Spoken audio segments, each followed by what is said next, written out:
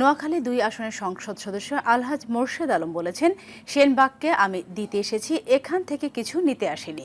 রোববার নোয়াখালী সেনবাগ পৌরসভার নবনির্মিত অফিস ভবন উদ্বোধন অনুষ্ঠানে এসব কথা বলেন তিনি। এর আগে ৮ম উপজেলা স্কাউটস সমাবেশে বক্তব্য দেন তিনি। নোয়াখালী সেনবাগ থেকে জাহাঙ্গীর পাটোয়ারির তথ্যছবিতে ইমরুল কায়েসের রিপোর্ট। নেতাকর্মীর উপস্থিতিতে নোয়াখালীর সেনবাগ পৌরসভার নবনির্মিত অফিস ভবন উদ্বোধন করেন নোয়াখালী ২ আসনের সংসদ সদস্য আলহাজ মোর্শেদ আলম। উদ্বোধনী অনুষ্ঠানে মোর্শেদ আলম বলেন, পৌরসভায় যেসব সমস্যা আছে তা সমাধান করতে একজন যোগ্য লোক প্রয়োজন, যে মানুষকে দিতে চায়, মানুষের জন্য কাজ করার মানসিকতা আছে।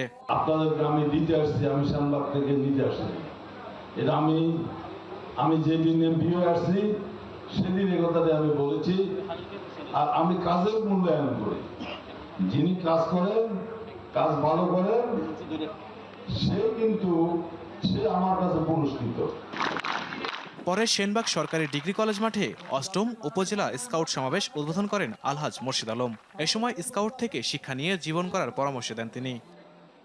এটা তোমাদেরকে লেখাপড়ার সাথে সাথে তোমাদের জীবনটাকে একটা সুশৃঙ্খল নিয়ে আসে, এবং বাস্তব জীবনে তোমরা যখন লেখাপড়া শেষ করে বাস্তব জীবনে চলে যাবা, তখন তোমাদের এই স্মৃতিগুলি মনে পড়বে, এবং এই যে তোমরা শিক্ষাগুলি কষ্ট যেগুলি গ্রহণ করেছো, এগুলি তোমার জীবনে তখন কাজে লাগবে।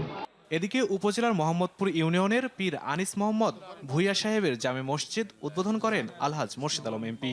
এ সময় মসজিদের সভাপতি, উপজেলা নির্বাহী কর্মকর্তা জিশান বিন মাজেদ, সহকারী ভূমি কমিশনার মোজাহিদুল ইসলাম সহ বিভিন্ন শ্রেণী পেশার মানুষ উপস্থিত ছিলেন।